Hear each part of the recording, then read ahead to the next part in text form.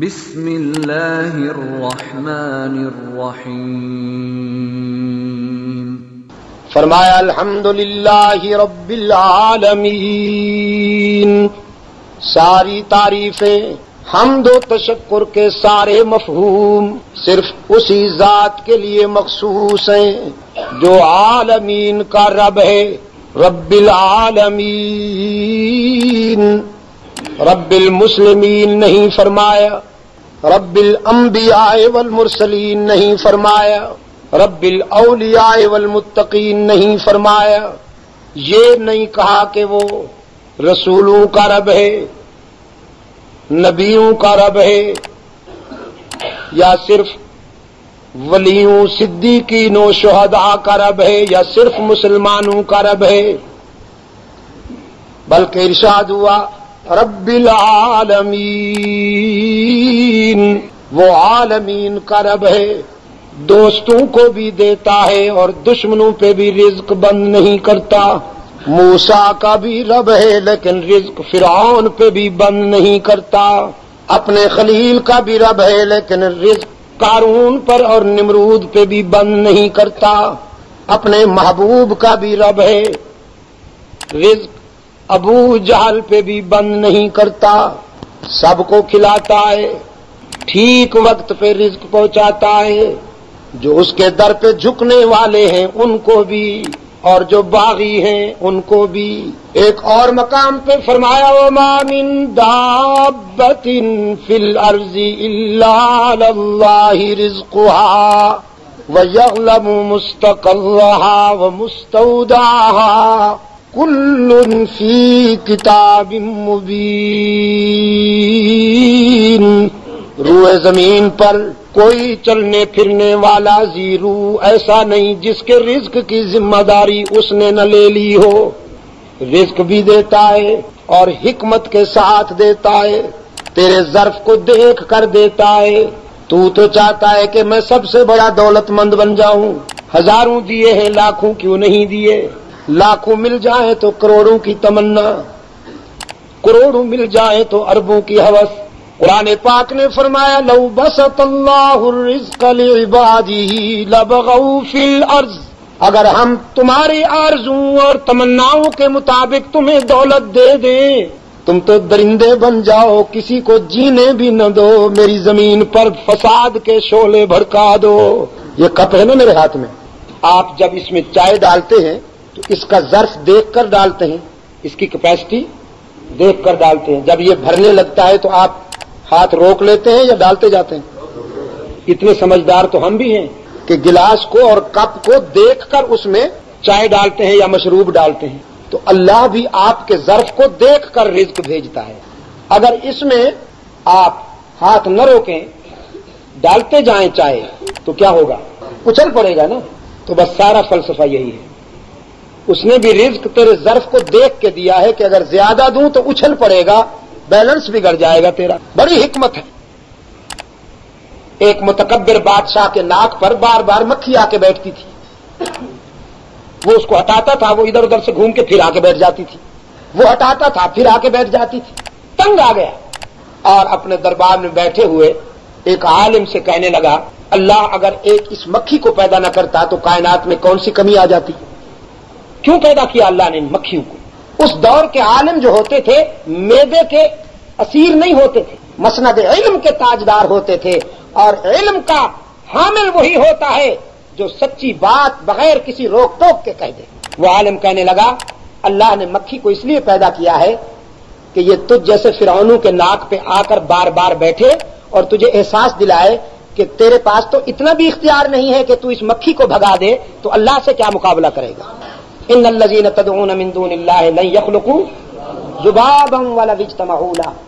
تم اللہ کو چھوڑ کر جو دوسروں کو پکارتے ہو سارے اکٹھے ہو جائیں تو ایک مکھی بھی نہیں پیدا کر سکتے۔ مکھی پیدا کرنا تو کجا، اگر تمہارے کھانے سے کچھ تھوڑا سا حصہ مکھی اٹھا کے لے جائے تو ساری دنیا جمع ہو کر اس سے واپس نہیں لے سکتی۔ رب العالمین، عالمین کا رب ہے، اپنوں کو بھی دیتا ہے، اغیار پہ بھی رزق بند نہیں کرتا۔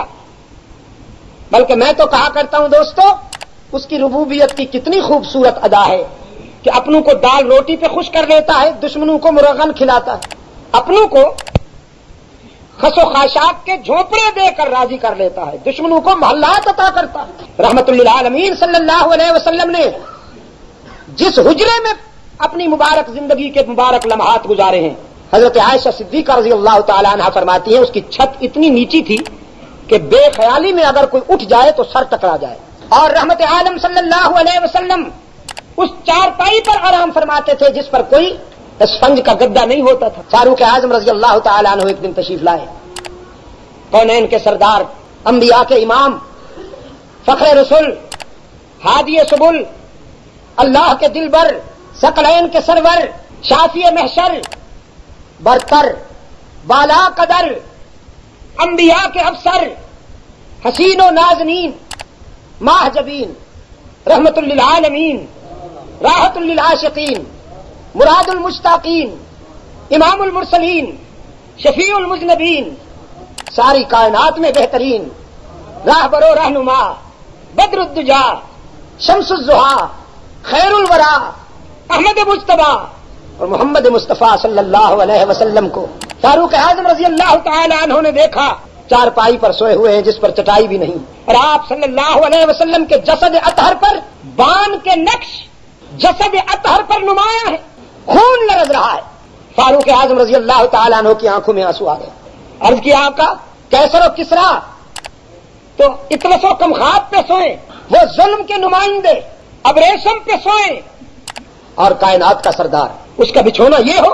سرکار دو عالم صلی اللہ علیہ وسلم مسکرائے، فرمایا عمر یہ میری اپنی پسند ہے، یہ میری پرسنل چوائس ہے، میرا ذاتی ذوق ہے، اللہ نے تو پیشکش کی محبوبم، اگر منشا ہو تو عہد کو سونے کا بنا دوں۔ کملی والے نے فرمایا نہیں، الفقر فخری، میرے معبود عہد پہاڑ سونے کا نہیں مانگتا ہوں، ایک حبشی کو بلال بنا دو، سنگریزوں کو سونے کا نہیں بنانا چاہتا ہوں، ابن آدم کو انسان دیکھنا چاہتا ہوں۔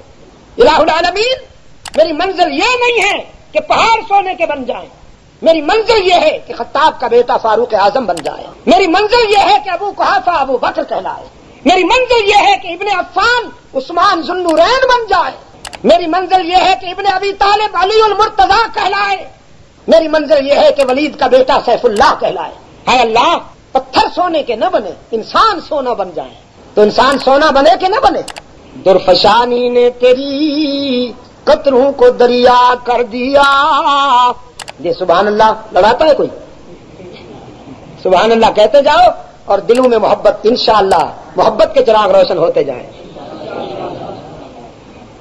درفشانی نے تیری قطروں کو دریا کر دیا، دل کو روشن کر دیا، آنکھوں کو بینا کر دیا، خود نہ تھے جو راہ پر عالم کے ہادی بن گئے، وہ کیا نظر تھی جس نے مردوں کو مسیحا کر دیا۔ رحمت عالم صلی اللہ علیہ وسلم نے تو احد کو سونے کا قبول نہ کیا، لیکن اللہ نے احد کو سونے کا بنا ہی دیا۔ سعودی عرب میں سونا ختم ہوتا ہی نہیں۔ میں ابھی بتا رہا تھا دوستوں کو، اسی فروری میں جب میں عمرے پہ گیا ہوا تھا، مکہ والوں نے بتایا ایک نیو مائن ملا ہے ہمیں گولڈ کا، ماہرین کی رپورٹ یہ ہے کہ ان لمٹ ہے، وہ قیامت تک ختم نہیں ہوگا۔ اللہ نے اپنے محبوب کی دھرتی کو سونے کا بنا دیا کہ نہیں؟ ہاں، تو میں عرض کر رہا تھا رزق بھی دیتا ہے اور حکمت کے مطابق۔ رب العالمین الرحمن الرحیم، دیتا بھی سب کو ہے اور دیتا بھی ناراض ہو کر نہیں، شفقت کے ساتھ دیتا ہے، مہربانی کے ساتھ دیتا ہے۔ بس ایک یہی داتا ہے جس کے باب رحمت پہ جلی حروف کے ساتھ لکھا ہے ادعونی استجب لکم، مجھے پکارا کرو، میں تمہاری دعا و پکار کو سننے کے لیے ہر وقت تیار ہوں۔ دنیا والوں سے مانگا جائے تو ناراض ہوتے ہیں، نہ مانگا جائے تو خوش ہوتے ہیں، لیکن یہ کتنا حسین داتا ہے، اس سے نہ مانگا جائے تو ناراض ہوتا ہے، مانگا جائے تو خوش ہوتا ہے۔ اِیَّاکَ نَعْبُدُ وَإِيَّاكَ نَسْتَعِينُ، ہم تیری ہی عبادت کرتے ہیں اور کرتے رہیں گے، ہم تجھ سے ہی مدد مانگتے ہیں اور مانگتے رہیں گے۔ تمہید مکمل ہو گئی، اللہ کی رحمت متوجہ ہو گئی۔ اب مانگ جو مانگنا ہے، مانگ جو مانگنا ہے، تو انسان نے دامن پھیلا لیا۔ اہدنا الصراط المستقیم، میرے رب کوٹھیاں نہیں مانگتا ہوں، بنگلے نہیں مانگتا ہوں، جاگیریں نہیں مانگتا ہوں، بیوک، کیڈلک، دہاج، امپالا اور رولس رائس نہیں مانگتا ہوں، پاکستان کی ٹویوٹا مزدا سوزوکی نہیں مانگتا ہوں۔ اہدنا الصراط المستقیم، صراط مستقیم عطا کر۔ جسے صراط مستقیم مل جائے اسے کس چیز کی کمی؟ ہاں، مرد مومن کے ہاں سب سے قیمتی دولت صراط مستقیم۔ اس نے اپنے داتا سے صراط مستقیم مانگا، اس کے دشمن کو پتہ چل گیا کہ اہل ایمان کے ہاں سب سے قیمتی ہیرا یہی ہے۔ اس نے چوری کا اعلان کیا۔ کس نے؟ خان بہادر شیطان نے۔ کہنے لگا لَأَقُودَنَّ لَهُمْ صِرَاطَكَ الْمُسْتَقِيمَ ثُمَّ لَآتِيَنَّهُمْ مِنْ بَيْنِ أَيْدِيهِمْ وَمِنْ خَلْفِهِمْ وَعَنْ أَيْمَانِهِمْ وَعَنْ شَمَائِلِهِمْ وَلَا تَجِدُ أَكْثَرَهُمْ شَاكِرِينَ۔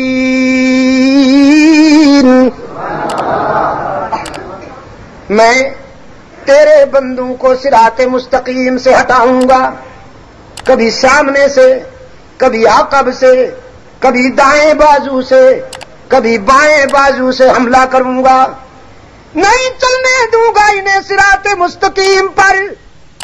اور جو لوگ میرے جال میں پھنس گئے انہیں ناشکرا بنا دوں گا۔ کھائیں گے تیرا رزق، چلیں گے تیری دھرتی پر، سانس لیں گے تیری ہواؤں سے، اور دامن پھیلائیں گے غیروں کے آگے، سر جھکائیں گے غیروں کے آگے، مشکلات میں پکاریں گے غیروں کو۔ وَلَا تَجِدُ أَكْثَرَهُمْ شَاكِرِينَ، ہر جائی بنا دوں گا۔ جو میرے مرید بنیں گے انہیں شیدائی نہیں رہنے دوں گا، حلوائی بنا دوں گا۔ آپ نے اپنی دولت بھی معلوم کر لی اور شیطان کا اعلان بھی سن لیا۔ اب آئیے قرآن کریم سے پوچھتے ہیں صراط مستقیم ہے کیا؟ رب العالمین نے فرمایا وَأَنَّ هَذَا صِرَاطِي مُسْتَقِيمًا فَاتَّبِعُوهُ وَلَا تَتَّبِعُوا السُّبُلَ فَتَفَرَّقَ بِكُمْ عَنْ سَبِيلِهِ، جس نے مجھ سے ملنا ہے اسے بتا دیا جائے کہ مجھ سے ملنے کا راستہ صراط مستقیم ہے۔ تم صراط مستقیم چلو گے تو رب مل جائے گا، اس کو اپناؤ، دوسرے راستوں کو مت اپناؤ۔ صراط مستقیم تم میں وحدت پیدا کرے گا، تم میں اتحاد پیدا کرے گا۔ یہی وجہ ہے توحید جوڑتی ہے اور شرک توڑتا ہے۔ توحید اتحاد پیدا کرتی ہے اور شرک افتراق اور نفاق پیدا کرتا ہے۔ حضرت عیسیٰ علیہ السلام نے اپنی قوم سے خطاب فرمایا، فرماتے ان اللہ ربی وربکم فاعبدوہ ھذا صراط مستقیم، یقیناً میرا اور تمہارا رب اللہ ہی ہے، بس اسی کی ہی عبادت کرو، یہی صراط مستقیم ہے۔ سورہ یاسین میں ارشاد ہوا وامتازوا اليوم ایھا المجرمون الم اعہد الیکم یا بنی آدم اللہ تعبدوا الشیطان انہ لکم عدو مبین وان اعبدونی ھذا صراط مستقیم۔ حشر میں حق تعالی فرمائیں گے آج ذرا نکھر جاؤ. شیدائی ایک طرف، حلوائی ایک طرف، یکجائی ایک طرف، ہرجائی ایک طرف، موحد ایک طرف، مشرک ایک طرف. نکھر جاؤ ذرا. وفادار ایک طرف، غدار ایک طرف، نمک حلال ایک طرف، نمک حرام ایک طرف. رب العالمین فرمائیں گے الم اعہد الیکم یا بنی آدم، اے اولاد آدم، کیا میں نے تم سے وعدہ نہیں لے لیا تھا کہ اللہ تعبدوا الشیطان، شیطان کی اطاعت نہ کرنا. انہ لکم عدو مبین، کہ وہ تمہارا کھلا دشمن ہے. وَانِعْبُدُونِی، اور میری ہی عبادت کرنا. ھذا صراط مستقیم، اللہ کی ہی عبادت کرنے کا نام ہے صراط مستقیم. یہی وہ صراط مستقیم ہے جو اللہ نے اپنے خلیل کو عطا فرمایا. ان ابراہیم کان امۃ قانتا للہ حنیفا ولم یک من المشرکین شاکرا لانعمہ اجتباہ وہداہ الی صراط مستقیم. یہی وہ دولت ہے جو اللہ نے اپنے محبوب کو عطا فرمائی. ارشاد ہوا یاسین والقرآن الحکیم انک لمن المرسلین علی صراط مستقیم. ایک اور مقام پہ فرمایا وانک لتہدی الی صراط مستقیم. اب بندے نے اپنی ڈیمانڈ میں ذرا وضاحت کی. صراط الذین انعمت علیہم، میرے داتا وہ راستہ عطا کر جس راستے پر تیرے انعام یافتہ بندے چلتے رہے، جن پر تیرے انعام کی بارش ہوئی. قرآن کریم نے اللہ کے در سے انعام حاصل کرنے والوں کے 4 طبقے بیان کیے. کتنے؟ الذین انعم اللہ علیہم من النبیین والصدیقین والشہداء والصالحین. پہلا انعام ملا نبیین کو، دوسرا انعام ملا صدیقین کو، تیسرا انعام ملا شہداء کو، اور چوتھا انعام ملا صالحین کو. اب مخفف کریں. پہلا انعام ملا نبوت کو، دوسرا انعام ملا صداقت کو، تیسرا انعام ملا شہادت کو، چوتھا انعام ملا اطاعت کو. نبیوں میں سب سے زیادہ انعام ملا رحمت للعالمین کو. میں کہا کرتا ہوں اگر آپ کا ذوق اجازت دے تو میں کہتا ہوں نبیوں میں اللہ نے انعامات تقسیم کیے. کسی کو یوں دیا، کسی کو یوں دیا مٹھی، کسی کو یوں دیا لب بھر، کسی کو یوں دیا چلو بھر. لیکن جب رحمت للعالمین کی باری آئی تو اللہ نے اپنے محبوب کو جھولیاں بھر بھر کے عطا کیا. سلیمان کو انعام ملا، تخت سلیمانی ہواؤں کے دوش پہ اڑتا ہے. انعام ہے کہ نہیں؟ بہت بڑا انعام ہے. قرآن پاک نے فرمایا فسخرنا لہ الریح، ہم نے ہواؤں کو مسخر کر دیا سلیمان کے لیے. انعام ہے کہ نہیں؟ لیکن تخت سلیمانی ہواؤں پہ کے دوش پہ اڑتا ضرور ہے مگر آسمانوں کے نیچے نیچے.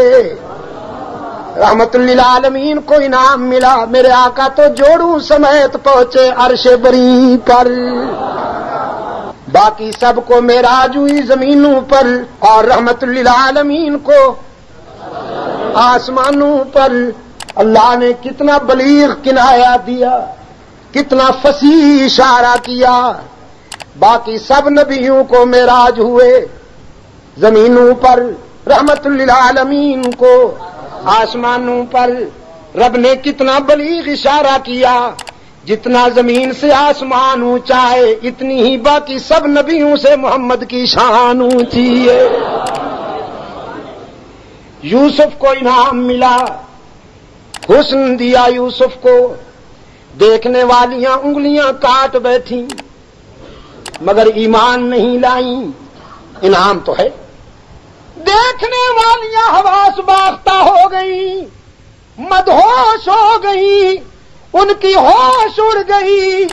جنہوں نے یوسف کو دیکھا ہوش کھو بیٹھی، جنہوں نے محمد کو دیکھا ان کے کھوئے ہوئے ہوش بحال ہو گئے۔ آج نکل گئی بات، یوسف کو دیکھنے والے بے ہوش ہو جاتے ہیں، محمد کو دیکھنے والے تو ہوش میں آ جاتے ہیں۔ یوسف کو دیکھنے والیوں نے انگلیاں کاٹ ڈالیں، ایمان نہیں لائیں۔ رحمت للعالمین کو دیکھنے والے پہلے ایمان لائے، پھر انگلیاں تو کیا گردنیں کٹوا دی۔ حسن یوسف دم عیسیٰ ید بیضاداری، آنچ خوباں ہمدارند تو تنہا داری۔ پہلا انعام ملا نبوت کو اور دوسرا انعام دیا صداقت کا تاجدار۔ اس امت میں سب سے پہلا صداقت کا تاجدار صدیق اکبر۔ دل کی گہرائیوں سے کہہ دو نا، جو صدیق اکبر کے رضاکار بیٹھے ہیں وہ دل کی گہرائیوں سے کہہ دینا ہاں، رضی اللہ تعالی عنہ۔ معین محمد، کرین محمد، یسار محمد، یمین محمد، امان محمد، امین محمد، سپردار مہر و نگین محمد، ابو بکر صدیق دین محمد۔ فتنہ انسی و کذاب مٹایا کس نے؟ صدیق۔ فتنہ انسی و کذاب مٹایا کس نے؟ صدیق۔ زور ردت کا زمانے سے ہٹایا کس نے؟ فارس و روم کو مٹی میں ملایا کس نے؟ اور کفر کو موت کا پیغام سنایا کس نے؟